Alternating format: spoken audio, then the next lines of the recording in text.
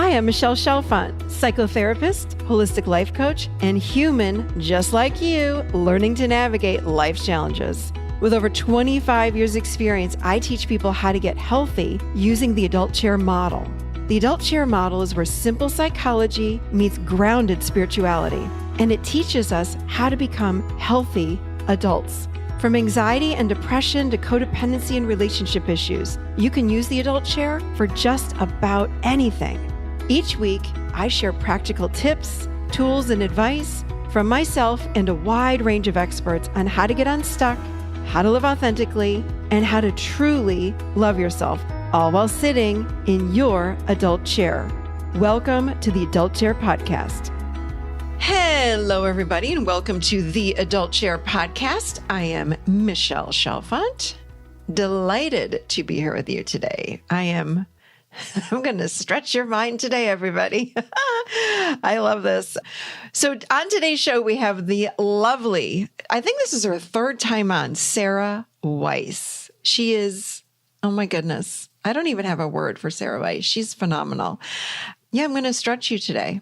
For some of you, I'm not stretching. You're going to go, oh, I know all about this, Michelle. But let me tell you what, some of you I am going to stretch. I hope, because it's such great knowledge and wisdom that Sarah passes on to all of us every time that she's on. So we talked about being an empath. We talked about energy, and we talked about near-death experiences because she's had one. So you are going to get the full scoop today. So even if you're not an empath, you're going to enjoy the show because there's so much great stuff in here today. You are an energy being, so you're going to relate to it. But yeah, she is a wealth of information. I have to say, I'd recorded this show before I went to New York City a couple of weeks ago. And I don't know if you guys saw that. I had posted a story on my Facebook and my Instagram account because being an empath myself, which means our energy field is just tuned, I should say, for lack of a better word, to everyone around us. And of course, at my age, I have now learned how to manage it. But let me tell you what, I'm used to living on a property where I live now, which is on a lake with trees. I work from home. So I'm in this presence of nature 24/7, basically. So my energy field I notice it just expands out. I'm enjoying, for me, music is the birds. I know that to some of you, you're like, what? I love it. When my husband comes out with a speaker and he'll put like music on, I'm like, I was listening to the birds. That's my music. Turn it off. So that's how I live. Okay. So then we went up to New York City and Brooklyn to see our son, Graham. And oh my goodness, I got to Brooklyn day one and we went to New York and wow, I was so exhausted within hours. I couldn't hardly stand up. I was like, sorry, everybody, I'm going home for a nap. I was done. And I had a headache. And then the next morning I got up and I was in the lobby of our hotel because I had actually a couple Zoom meetings to do. And I was trying to do these Zoom meetings. I actually went back in a little private room, but the music that they had in the lobby was so loud. It was like this rock and roll going on. And I could not get quiet. And again, I was like, I'm shaking. My nervous system was shaking. I'm like, this is crazy. So I sat with it.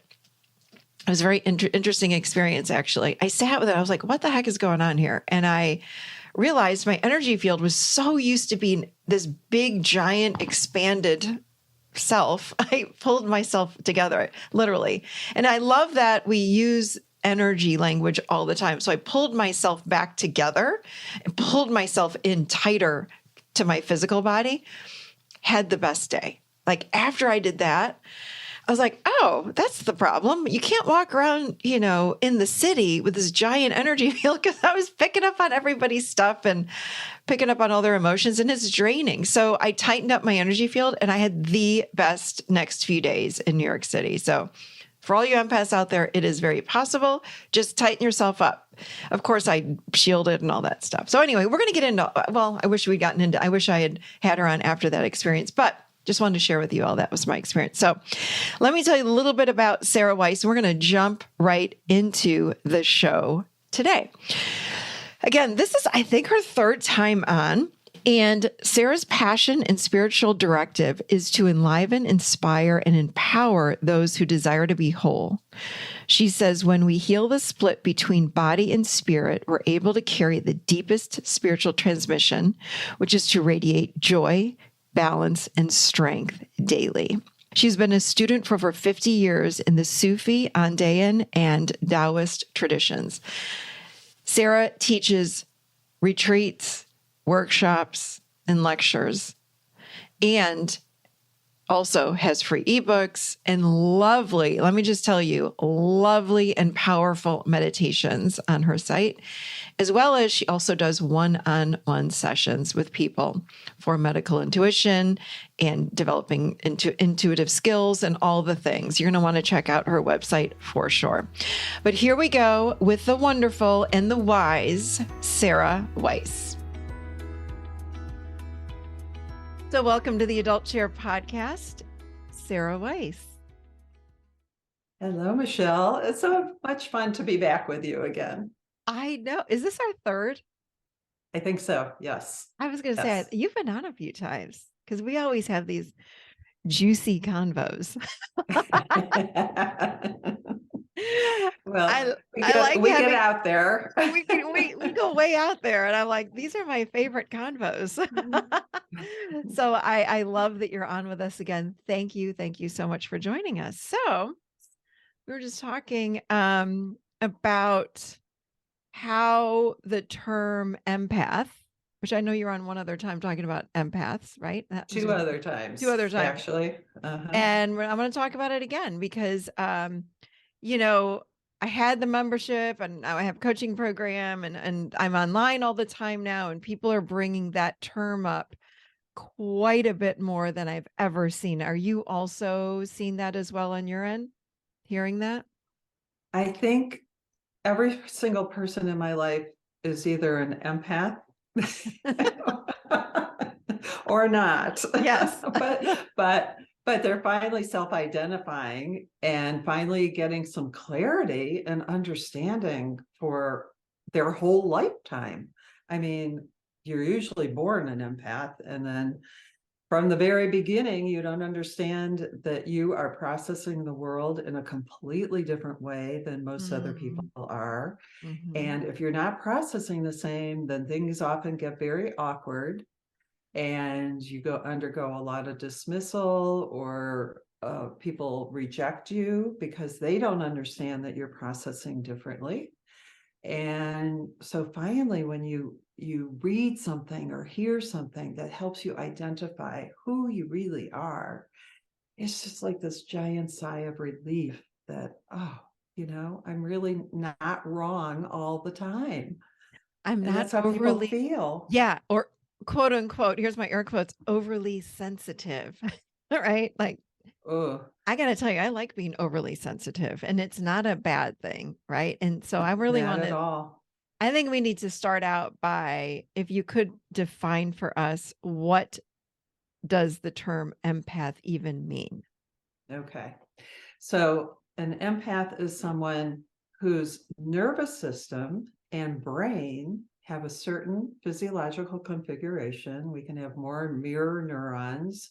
We can have a different chemical composition in our body that makes us able to mirror how someone else feels physically, mentally, emotionally, spiritually. But the problem is like in a mirror. If you were looking at a mirror and yourself, sometimes you can't tell what the difference is, who's the real one. And so you can have all the experiences of someone else in your being and totally lose yourself and not understand that what you're experiencing is the sore knee from that person, or the sadness from this person, or the confused brain of that person. And you get totally confused and lost. You lose yourself. And then when you put that on top of having been dismissed or really attacked for who you are a lot in your life, you end up kind of wondering, like, who am I here? What am I supposed to be Mm, doing with this? mm, So it's actually the ability to feel totally inside yourself exactly what someone else is feeling, mm, which is different than a highly sensitive person, which is on the same spectrum, mm-hmm, which a highly sensitive person is more sensitive to the environment. So the lights, the textures, the mm, sounds are grating or difficult to live with from your surroundings. mm-hmm.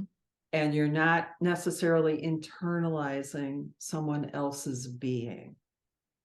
So Ooh, it's okay. okay. Okay. So there's a Mm-hmm. difference because that often gets confused. Mm-hmm. And so we're starting to see that there's this really broad spectrum of spiritual, which I would consider spiritual abilities that have been called too sensitive, but they're really spiritual abilities. Mm-hmm. Mm-hmm. Because Got it. if I can mirror you by putting my attention on you, I can mirror the tree out there. Mm-hmm. I can mirror the crystal. I can mirror the divine.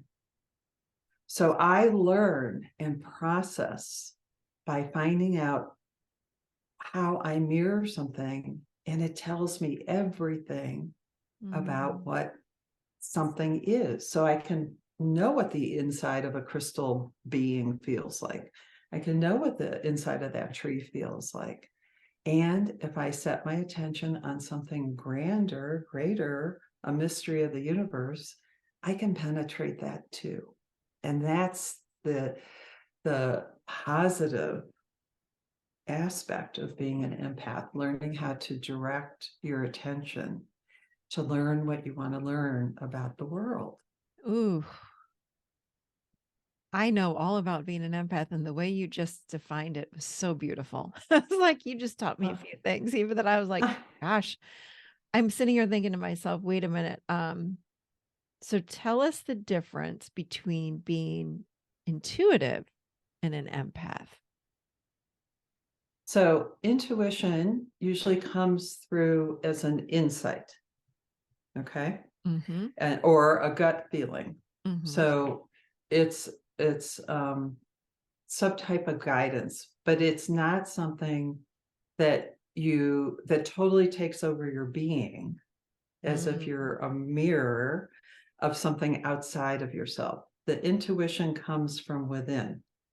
okay. Okay. So it's part of your consciousness speaking to you, and you're not mirroring anyone else. Mm, got it. Okay.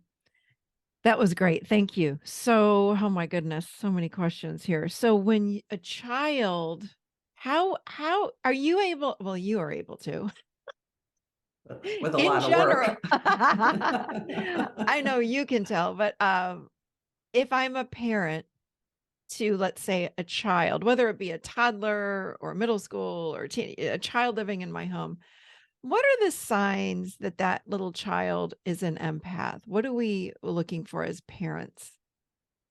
Oh, that's an interesting question, because the first place that a child is going to mirror is the parent. Ooh. So if the parents are having a little tit going on, something Mhm, just as tense in the atmosphere, mhm, you might find your child starting to act out. It's not going to be mirroring as clearly as an adult mirrors another, but they're going to start feeling that discomfort in their own body, and they will act out according to how they feel. It could be just much more awkward. It could be, a blow mm, up. It could be them going into tears. It could be wanting mommy's attention and pulling them away from the uncomfortable situation. But you can start watching them be affected in different ways. Now, that can be a different scale issue or Mhm. intensity issue, because all kids are sensitive to the home environment and act out. Mhm. But when you start watching it go one for one every time that something gets tense, or the mother doesn't feel good or the father doesn't feel good, and then the child starts not feeling good, that's very common to have happen too.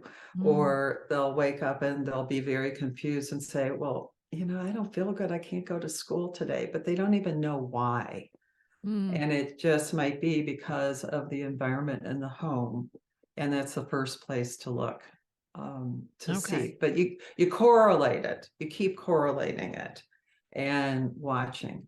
And then you watch them with their little friends, and see how they are with their friends. Because actually, I think I was 2.5 or 3 when I felt when one of the little boys shot a cap gun in my friend's ear, and I felt her pain. And Wow. I was 3 years old at the most. And Wow. I will never forget that. And it's overwhelming for a Yeah. child Yeah. to feel that much sensation.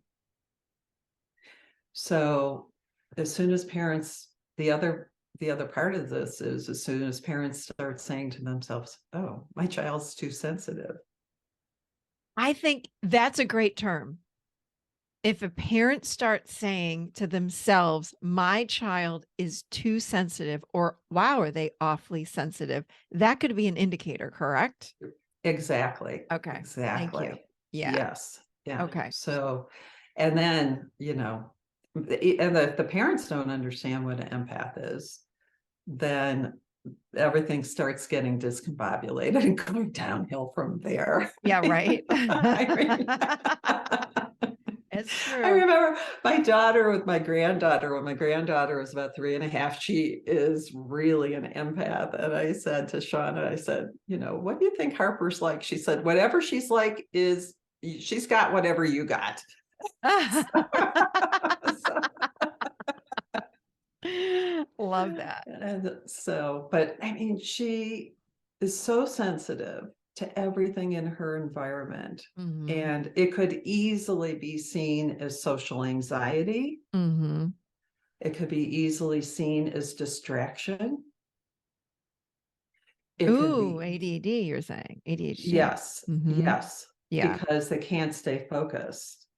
Okay. And, Ooh, yeah. my little granddaughter can be in the basement and I can be talking to Shauna, and we could be talking about something just kind of, a little bad day or here or there. And from the basement, Mm. Harper yells up, "What's wrong?" Wow. Okay. Yeah. So these kids, you start to identify them now that we're talking about this, and you'll see. I remember in And school, for me, the teacher used to say on my report card, that I was not hyperactive, but I would, what I know now is like some version of ADD, because I would just check out. Like they said, she's a big daydreamer. That was my way of checking out.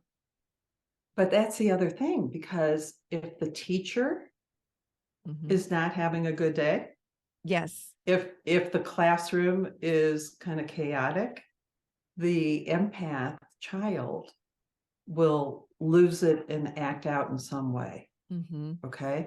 Yeah. So just like they mirror the parent at home, they'll mirror the teacher. Yeah. I mean, they'll And mirror anybody. right. And that Anybody. can look like ADD, Yep. Yep. Interesting. because they're just so uncomfortable in their bodies Mhm. that they can act out in all different kinds of ways. Or they Mhm. can internalize it, but they're so overwhelmed inside that they can't take in the learning. Yes. Yeah, that makes a lot of sense. So what do we do? Again, I'm talking about kids, but we can talk about adults too, because I'm wondering it's probably the same darn thing as far as, well, maybe it's a little different if you have kids or teenagers, but what do you do if you have kids that are empaths and you're noticing, let me try this out with them. Let me see if I can do what to them or what with them in order to help them. The most important thing a parent can do to help them is learn how to be calm and centered inside themselves, because the empath child will learn that from them. Yeah. It's really important.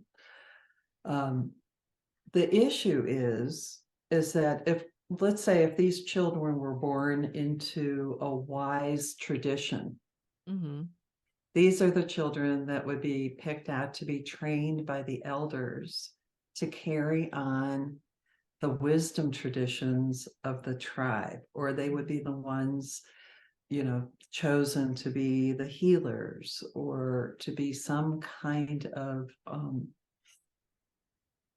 some member of the tribe where their personality traits are appreciated and used on behalf of the tribe. And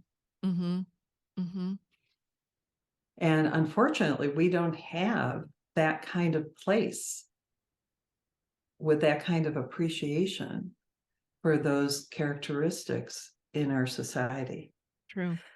The one place I saw that I loved reading, I may have mentioned this before, was there was an article in Vogue or Mademoiselle or one of those magazines where this woman was a nurse in Colorado Springs at a hospital, and she was an empath, and they knew that, and they placed her in the neonatal unit so she could tell them what the babies were feeling and experiencing inside. No way. That's awesome. Yes. Wow. I know. Oh my gosh. I love that. I know. Isn't that fun? And that made it into one of the great women's magazines. I mean, it was a whole story a few years back. That's how we should be cultivating these types of abilities in people. Such a gift. And I know that so many people have said it's a curse and not a true curse, but it's difficult to live with, let's say. So what about the adults that are just listening to this saying, okay, Sarah, what can I do? Because I clearly have a difficult time, in crowds out, for me, I know, like, oof, when I go to restaurants that are too loud, if I can sit outside at a restaurant, I 100% will always sit outside. I have a very difficult time in restaurants with a lot of people and chatter and dishes clanging. Like, it physically hurts me. It sounds crazy, but you'll get it, right? Like, me too. If a dish falls or the clanking of the glass, I'm clapping my hands, like the clanking, like, something like that. I'm like, ooh, like I feel like jolting every time I hear things. It's too loud. What do we do as adults if we are sitting here listening going, wow, I think that might be me? What do I do, Sarah? Well, it takes some training. It's not going to be resolved overnight. It's not going to be integrated and cultivated overnight. I wish I could say it would be, but I really believe that empaths are a preview of the future human. I believe that we're evolving, that everyone is going to be evolving with these greater sensitivities because they're the spiritual sensitivities. If you were training with a guru in the Himalayas 100 years ago, they would be training you to develop this capacity to merge with a divine being, or with the snow to learn about the elements. And it's actually an advanced spiritual quality. Wow. To be able to do this.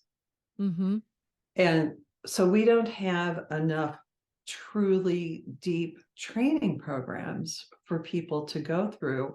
And it takes a lot of dedication and a lot of living with discomfort until you get to that point. But you do have to learn how to ground yourself and find the definition of your being so that you actually have a clear understanding of who you are but it's got to come from the inside out. So what happens then is you're faced with dropping out of the conditioning of the culture. Mm. Okay. Because the conditioning of the culture is never really going to help you. It trains you to be like everyone else, and you're not like everyone else. Right. And you also have to learn how to accept who you are despite what everyone else says, because we haven't developed to the point where the tribe is recognizing you and training you. Mm-hmm. So there is a lot of discomfort until you learn how to ground and find yourself from within. Really, empaths are focused at a more expanded state of consciousness, Mm-hmm. but they haven't learned where Earth is.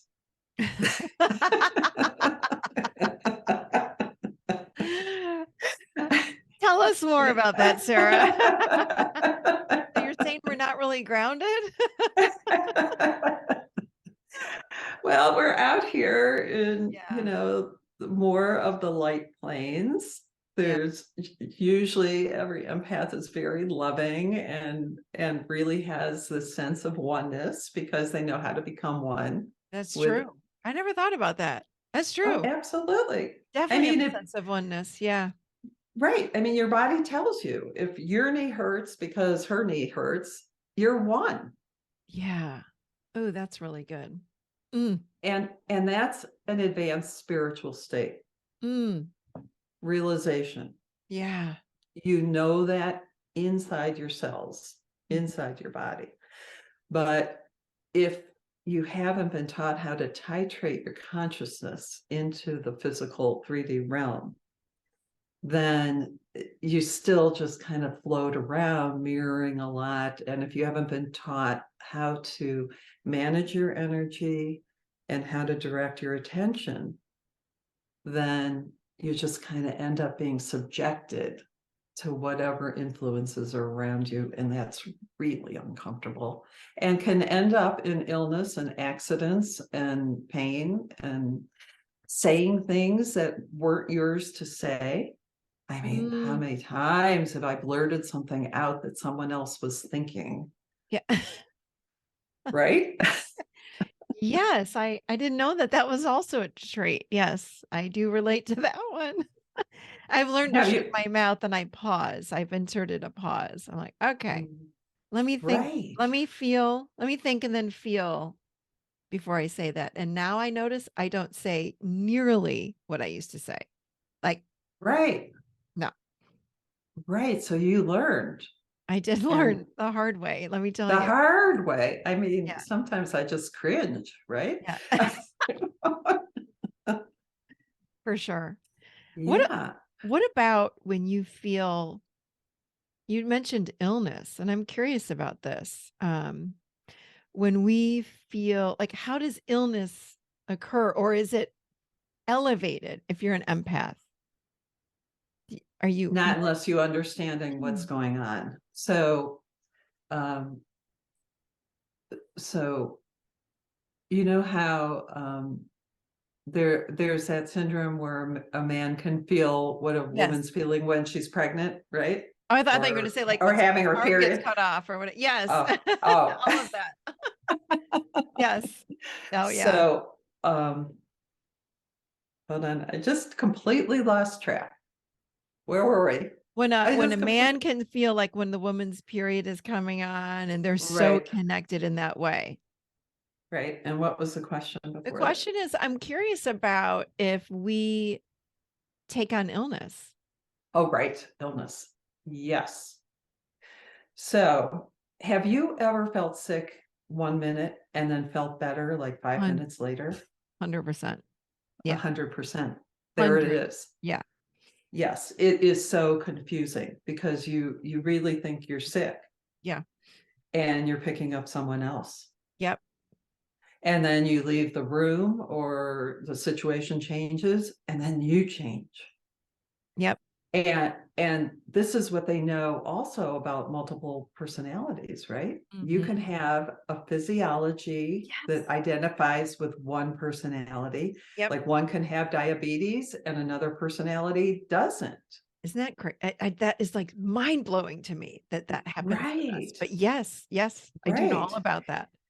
And so it shows you how much your consciousness affects your physiology. Yeah, for sure. And so you can, how many times do empaths go to a doctor and say, I have this pain, or I can't breathe because I have these allergies or whatever, and they find nothing. The doctor says you're fine. There's nothing wrong with nothing wrong with you. Yep. And it's because the influence of someone else is so strong in your body that they've taken over your reality. That's huge. This just happened. So we recently just did our live event, the Adult Chair Live. We just did it in Charlotte, and I think it was someone on stage I was working with had a bad arm, had back pain or something. And then someone on my team said when that person walked off stage, they had this excruciating back pain. I was like, oh boy, you just took that on. Right. Unknowingly, of course, like unconsciously, unknowingly, which I know, I mean, I've done that. I know many people that have done that. What do you recommend? So I want to understand, first of all, what's happening, and then what do we do when that happens? Yes, ground. Yes, clear. And I'd like to move maybe into talking a little bit about the human energy field. What do we do? Is that what's happening? Is it going in the energy field? What's happening there? Well, you're basically setting up a tuning fork situation. And you're a very sensitive instrument, like this very expensive violin, and really fine instruments can go out of tune really easily, right? So it feels very strange to an empath to be so focused within themselves, because empaths are just like, there's no boundaries there. No. and so there's all this resonance going on, and I just don't see how people can really develop their boundaries without learning about energy. But I also do support therapy, because there is a wounded child inside most empaths because of what has happened to them as they were growing up. And I believe that child takes over in a lot of ways, so that they can't see through what's really happening energetically. And so you have to learn how to feel your own feelings. And that can be a little complicated because you don't know how to. Yeah. You may never have felt one of your own feelings from the moment you're born. Wow. Really, that's a reference point. Wow. Huh. Yeah. So helping an empath identify, and that can go through several steps. I mean, you can start out with saying, my tummy hurts, or my neck hurts, or my back hurts, and then having to figure out, oh, who is it that's in my life that has a sore back or a stomach ache, and who am I sleeping with 8 hours a night that their tension is creating tension in my body. Yes. Right. And then if their tension's creating tension in my body, then actually something's happening in my body. Yep. It gets very convoluted. And so I find that you have to be like, use the scientific method all the time. Yeah. So if I'm with this person and I feel like this, and then I leave this person and I feel like this, that is my information. And I have to trust that information. So sometimes if I'm not feeling great, and then I'm with someone who feels great, I feel much better. And then I'm away from them, and then I like sync again. And I loved feeling great with the other person. But then I found out how I really felt. So I'm constantly, it's like a scientific process of accumulating information about who I am, what I'm picking up in my surroundings, and learning to identify my own feelings, my own sensations, like physical sensations. They may never have even felt their own sensations. So what do we do if we do feel that and we say, wow, I don't think this is mine? What do I do? Well, it's hard work. Yeah, And it's a it is. lot of I agree. separating yourself off, giving yourself some space and time to breathe out the influence and kind of come back to center. And so empaths usually need a lot of downtime. Yes, for A sure. lot of downtime. I'm in the bath with my salt, my essential oils, my bubbles. I mean, I'm into bubbles late these days. But yes to that down. I have to separate. I call it my cave time. Like after events, like I just did the event recently, and Sunday I was like 2 hour bath on the couch. I'm in the woods. Like I was like, my mom was like, "Do you want to come over?" I'm like, "No, just I need to be alone. Don't all day today, please no." Right. But then I felt like $1,000,000 on Monday. I just needed that one day.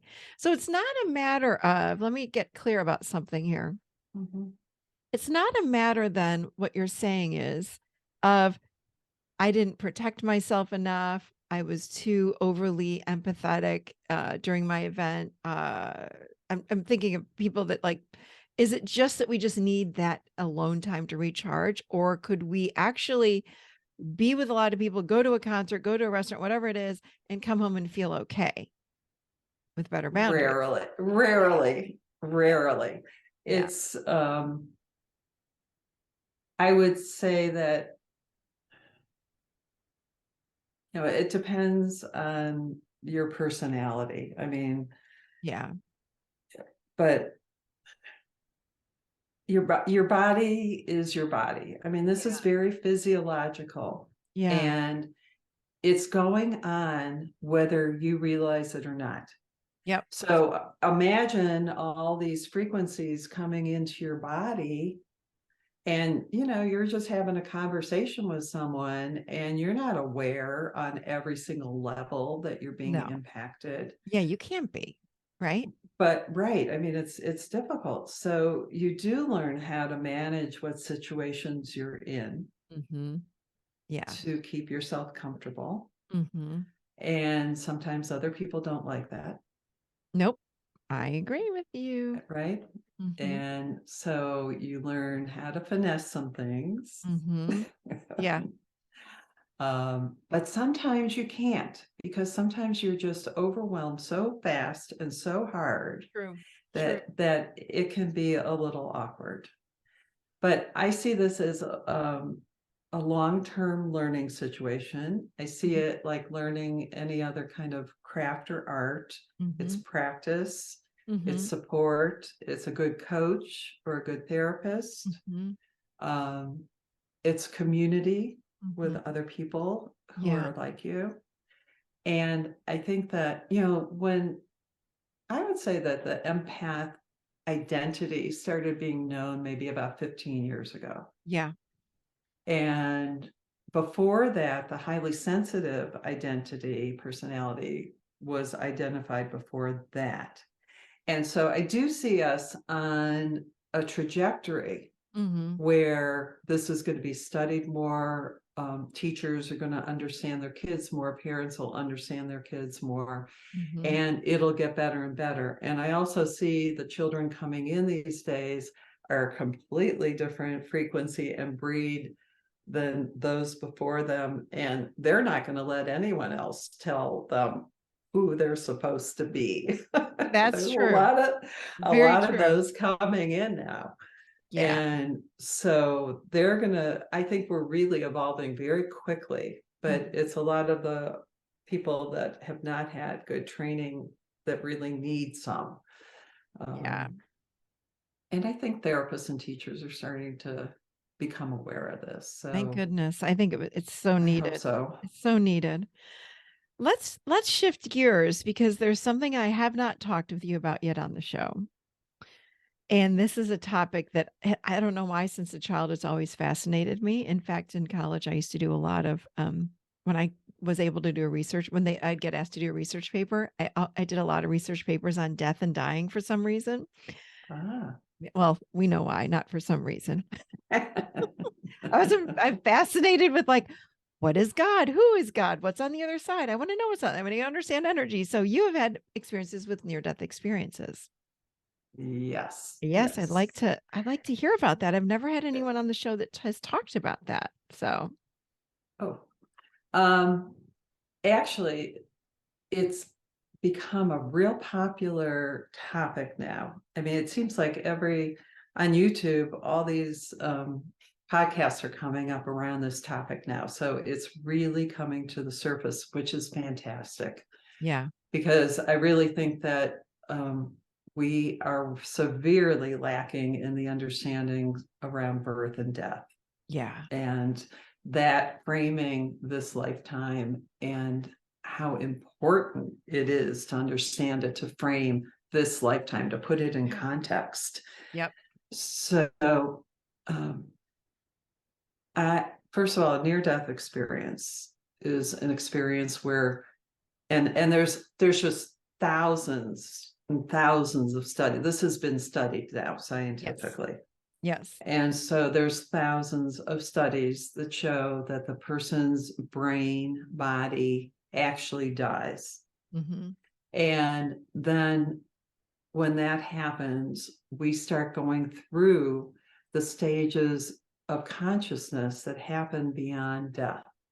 Mm. So, a typical near-death experience would be someone being able to leave their body. Like when I had mine, it was in 1974, Mm-hmm. just when Raymond Moody was Oh, publishing yeah. his books, Yep. and Elizabeth Kubler-Ross was bringing her information in. But my doctors were definitely not into this. So I had wisdom teeth out. I became septic from the infection that spread out through my body.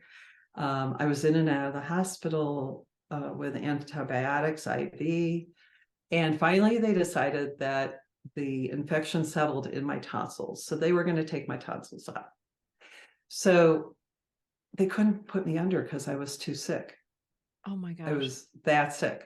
Wow. So they decided to take this giant sized needle and put it down my throat and try to anesthetize me that way. Oh my Well, it turned out there was too much infection to anesthetize me, but Mm. they started cutting anyhow. Sorry, everyone. Oh, And so, gosh. so I left my body inch by inch. I felt myself pull out of the body, and that is similar to anyone who has had an out of body experience. It's Mm-hmm. very similar to that. Mm-hmm. And then, I went to the ceiling of the room. I was watching them trying to resuscitate me, banging the table and doing all this stuff. And then they were unsuccessful at that point. And this is where it shifts from an out of body experience into a near death experience, because I actually shut down. Wow. And I went down they describe a tunnel of light. Yeah. I went down that tunnel of light, and I met relatives and spiritual teachers, beings that I didn't know. But it was all a wonderful experience. Mm-hmm. And then I come to the feet because this being, who I call God, Mm-hmm. was sitting there, and the feeling of love Mm-hmm. is undescribable, indescribable. Yep. And people say this about Yep. this, you can't even imagine. And it was so incredible. And I remember going, you cannot send me back. I will not go back. I'm not going back there. I'm staying here with you. Yeah. And I was given a talking to about going back, and that this would change my trajectory in life, Wow. and that I would always have a connection to the light, that it would Wow. never leave me, and that love would never leave me. So then I was just turned around, sent back, got back in my body, same way I went out. I open my eyes and I see my surgeon's face dripping Oh my gosh. sweat Oh my on gosh. me. And then when my eyes opened, they were celebrating. Wow. But it was interesting because the surgeon did not tell my parents that I died on the table, Really? really. Wow. And I talked to him about it and he just denied the whole thing. Mm-mm. Yeah. And that would have been common for that time. This was 1974 Yeah, that's true. before Like, who was talking it. about it then, right? No. Right, right. And that they were too vulnerable. I mean, Mm. to lose a patient like that, and no one knew what was going on. Wow. So they really denied it. But that is a reality shattering experience. Your life is totally different after Mhm. you've had a near-death experience. Mm. And the thing is, lots of people are having them now. It's one of Yes. the ways that I think the world is being transformed, Yeah. is that and plant medicines that take you into new realities and spontaneous cosmic consciousness, What does things like that mean? this. Yeah, Spontaneous cosmic consciousness. What does that mean? my husband had this happen to him when Wow. he was in his 20s. Mm-hmm. And he was just sitting there and all of a sudden lifted into a total samadhi unity experience with the divine, Wow. spontaneously. And Just it sitting wasn't around, like, where was he? On the couch in the family room? just, Like, yeah, yeah, wow. really, yeah. He's a very creative person, like an artist, musician, and writer. Is very Yeah. total creativity, and he kind of has that Mm-hmm. expanded kind of sense about himself. But he had huge problems figuring out how to reintegrate after having that experience. Yeah. Took him years, and it took me a long time. I think I was 24ish when I had that, and I didn't want to be here on the Yeah. planet Yep. until I had my first child when I was 32. Mm-hmm. And that connected me to the love Mm. and kind of made a continuum that said, okay, if I can feel this kind of love for this child, then that's almost good enough. Yeah. Yeah. Yeah. Wow. But yeah, it took a long time to reintegrate from that. Interesting. But I do believe that a lot of people are having these kinds of experiences now that are very expanded, Mm-hmm. and change your perspective, which I think is an initiatic experience. I think that it's an initiation Yeah. into expanded realities that Mm-hmm. truly exist, into consciousness beyond our everyday consciousness. Mm-hmm. And it's these types of initiations that I think are going to change the world one by Yeah. one by one, Yep. as people find out that these realities are really existing. It's a total shift in consciousness for sure. Like, even Mhm. to read about, I mean, that was again the research that I was doing in undergrad, my psychology. Like, anytime I took a death and dying course, anytime I could read about death and dying. So I read countless um, studies on exactly what you're talking about. It's like one after the next, after the next, after the next. Like, there's documented research on this that's out there. Um, But there is a lot. I mean, I remember just in my spiritual teachings reading about initiations that we go through as humans to evolve spiritually, to evolve our soul. Is that what you would say that an initiation is? Because I really want to define it for the audience. Um, what is an initiation and how do we know if we're going through an initiation or are there like, I remember Googling this years ago. Is it like 7 main initiations that we go through or something? I'm gonna look it up. Oh, I don't know. I mean, that's kind of like the sacraments. You Yeah. know what I mean? Yes. And that can be built into a true religious tradition Yes. that 7. they There's take you right. there's They 7 take you initiations on the spiritual path. Excuse me. I just want to tell you, I uh, just pulled it up on Google. Yes, go ahead. So okay. if anyone wants to research initiations, go read about it. 7 main Right. initiations. Keep going. Sorry, I didn't not mean to talk over you. Yeah, it's okay. So there's the natural. I mean, to me, uh, as we develop as human beings, Mm-hmm. we go through natural initiations, like 2-year-old, 7-year-old, adolescence, Yep. you know, different initiations. And if we were living in a culture that honored and recognized these, Mm-hmm. then we would derive tremendous meaning from them, Yeah. real deep meaning that would propel the development of our relationship to our soul.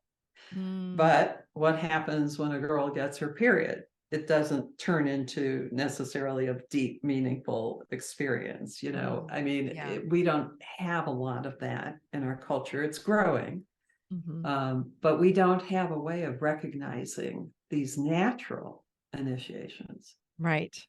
And then there's the type of initiation that can come from a spiritual teacher. Mm-hmm. They can actually bestow a transmission or a type of energy that opens your consciousness and expands you into a new reality.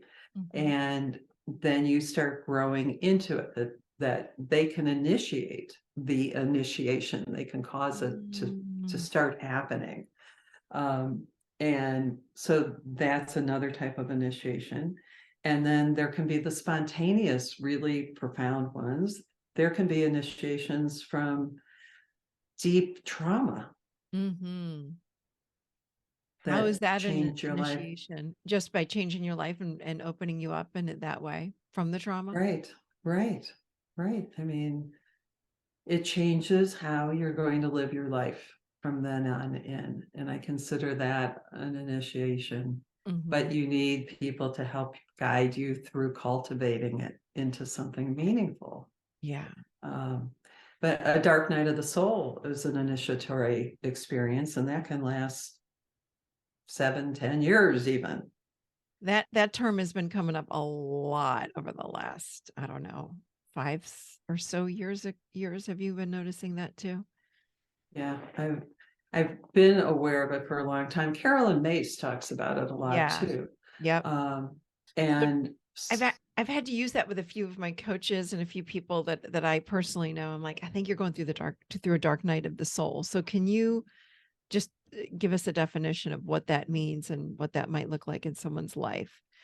so it could be, there could be different levels of it, I think, different strata, because, going through a breakup with your boyfriend or losing a job or something is a trauma, but it's not necessarily one that takes you into the soul depths of examining like Yeah. your whole life. Not to dismiss that as not meaningful, but a dark night of the soul usually lasts for a while. It's not just one incident. And I think a lot of the depression that we can see in people could be part of a dark night of the soul, where their soul is trying to redirect or teach them something through their life experience. And it's not fun. Yeah. It's hard. It's hard. And it usually requires sustained, longer term attention to it. Okay. Mm-hmm. So So does your wounded child need to grow up so that your soul really can begin to express itself? And if you have to go through a difficult process to learn how to grow up that young child, that can be a dark night of the soul, or if you need to get out of some kind of addiction or some relationship that has kept you in that revolving door, the same patterns over and over and over again. And then something just says, this has to change, but I'm going to have to go through something hard to go through this. Those to me are more of the dark nights of the soul. It's a whole progress in our development. And it's a detaching of a lot of old stuff in order to find the new you. Yeah. I've talked with people going through like hard divorces or having big relationship shifts in their lives. And yeah, it's hard, like really hard. And they're just in the thick of it. And it's hard to get out of it. And I agree with you. You gotta, it's there for a reason, and there are lessons to learn and always something to gain. And it's hard though. It's hard when you're in the middle of it. It does feel dark and heavy and It depressing. does. Yeah, very, It very hard. is. Yeah. And I think that brings a point up about, I always say that, there's the yogis that are on top of the mountain and they're wearing a loincloth and learning how to sit in, 6 feet of snow and control their physiology that way. Yeah. Or you can live in our Western culture Yeah. and get the same kind of initiatory experience just by living in this culture. Yeah. Because it's so difficult. It really is. It really is. So I see the difficulty and the challenges that we face on a daily basis in a materialistic culture as a type of training. Yeah. That it's a hardship to go through and learn what you can from it, and learn to become your own person in it. Yeah, and stand strong in who you are. Yes. Woo, this is good stuff. Anything else you want to add? You feel like we covered did we cover everything, Sarah? Well, I still want to talk a little bit about a psychedelic experience. Sure. Okay. Sure. Because I think that that is another gateway that is opening up the consciousness of people on the planet now.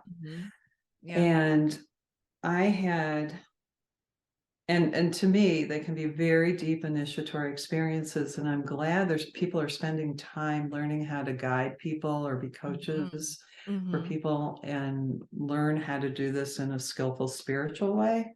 Yeah. Because when I was 19, I had an experience with one of these medicines. And it was, again, an initiatory experience where it was life-changing for me. Wow. It took me through a life review when I was 19, which is something that people often experience in a near-death experience. And I had it under the influence of this medicine. Wow. And I say to myself, thank God I only lived 19 years, because I don't think I could have reviewed 60, 70, 80 years of all the horrible things I did in just 19 years. Yeah. Because you feel every impact you've had on another person or yourself. Yeah. In this life review. And I do believe it comes up for people a lot in these plant medicine experiences or the psychedelic medicine experiences. And people don't know what to do with it. And it can really create dissociation and all kinds of depression, anxiety, and everything if you don't have people to help you through this. I happen to have met my spiritual teacher right after that. and he understood what happened to me and took me through several years of practices to integrate that. It's a transcendental experience. You're beyond life. You're into a new realm, to help me benefit from that experience rather than spiral out from it. Yeah. Because a lot can happen in your energy field. A lot of tears can happen in the energy fields, a lot of cutoffs, a lot of blockages in the energy field from that kind of experience.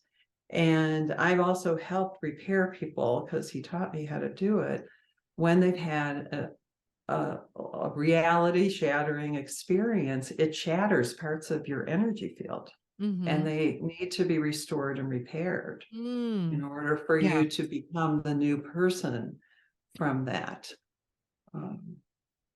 I think what you're saying is so important, because I think I agree with you on plant medicines. They are like, I've seen profound healing. I've witnessed it.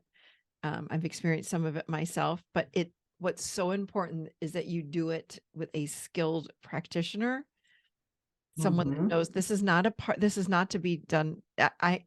People can do whatever they want, but I'm not advocating for going out this weekend and, taking a bunch of mushrooms and driving around town. Like, that's not, or going to a concert. Like, that's not what we're talking about here. This is with a skilled practitioner or shaman or someone that has studied this, that knows what they're doing, that knows how to not only help you during the process, but I think the most important thing is what you were talking about, which is the integration. Without integration, and I know I've talked to people that say to me, "Oh, I did mushrooms, or I did MDMA, or whatever they did, and I did ayahuasca. It didn't do anything for me." It's not supposed to just do anything for you. The integration is where the greatest healing happens. You can be, like you said, have this huge experience during that, but then having the integration, having someone to work with you, talk with you through it, it's a process that you go through after them. So that's what's so important. But holy moly, I've seen people have profound, incredible healing from them. Yeah. But you got Yes. to work your path hard afterwards, Right. And it should be in a wisdom tradition. I mean, it really, really should be. And I think that's where this is all taking us. I mean, I think being an empath takes you into the sacred. I think the deep meaning of life gets felt by an empath. I feel like the near-death experience takes you into the sacred. I think all these, spontaneous spiritual experiences, they're leading us towards a more sacred life. Yeah, I agree with you. And that has a lot of surprise left for us in store, because I think we've just touched a little bit of it. And with moving into the age of Aquarius and the 26,000 year Yuga cycle shifting, we're in a major transformation. Major. Yeah. And I think we're really headed for a beautiful time on Earth, but not in the same way we're living it right now. I think our physiology is going to change, more empathic. I think telepathic communication, we're going to sense the oneness, and we're in the throes of the disintegration of one era as we enter another. And it's a big deal to be living right now. I think so too. It's a real gift, although it doesn't feel like that sometimes. I know. But I want everyone to go through the adult share process, because we need more adults on this planet. Right? Healthy adults. That's what we're doing here. That's what we need. Yep. Sarah, this was so great. Where would people find you? I know you offer some incredible things. So where would people go if they want to learn more about what you do and what you're offering? So spirithealinstitute.com. They can Google my name, Sarah Weiss, with an H. That'll come up too. And I do have a class on near-death experiences coming up in June. Great. Yes, if people are looking to kind of figure out what happened to them, that's what this class is based on, that learning to understand what happened and learning to integrate what happened for you if you haven't had support after undergoing one of those experiences. I wanted to ask you something. You did make a comment about your life review. That was something I remember reading when I was an undergrad, and I've read about it since then, that when we die, we have a life review, and we not only experience what we felt, but in every relationship and every interaction, we also experience what that other person felt from that interaction. So it's a sort of, it helped me to say to myself, you can really let things go, because not that you want to punish that other person, but they will feel, if they put you through a horrendous experience, that other person's going to feel it. And I read this from, I can't tell you that back then there was no internet when I was an undergrad, but I remember sitting at the library. I'm not kidding you, with like 30 books all in front of me. And I would just read and read and read. And these were the research papers I always did. And there's research on this, which is so incredible that there were research papers back then, even on this kind of thing. So I'm glad to hear that you said that, because you went actually through this. And again, it's not a punishment. It's more of a raised awareness for, of course, the soul. So I like that you said that. Thank you. Thank you for it. Is.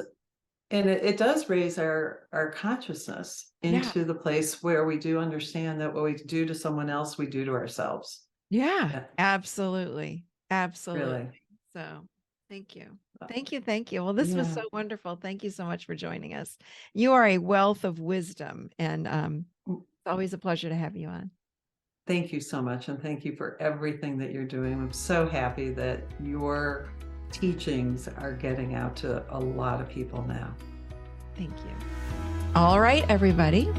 Hope that you enjoyed that show. Let me know how you liked it. And I'm always curious, like, how did you relate to this? Or did you not? Or were you a little shocked by her experience with the near-death experience? I think it's fascinating. I remember doing a lot of research papers on this in college about near-death experiences, and it's really ironic how many people have similar, almost exact same stories. So anyway, I love hearing from you guys. So let me know. Hit me up on social. And have a beautiful rest of your week. I'll see you guys right here next week, seated right here in the adult chair.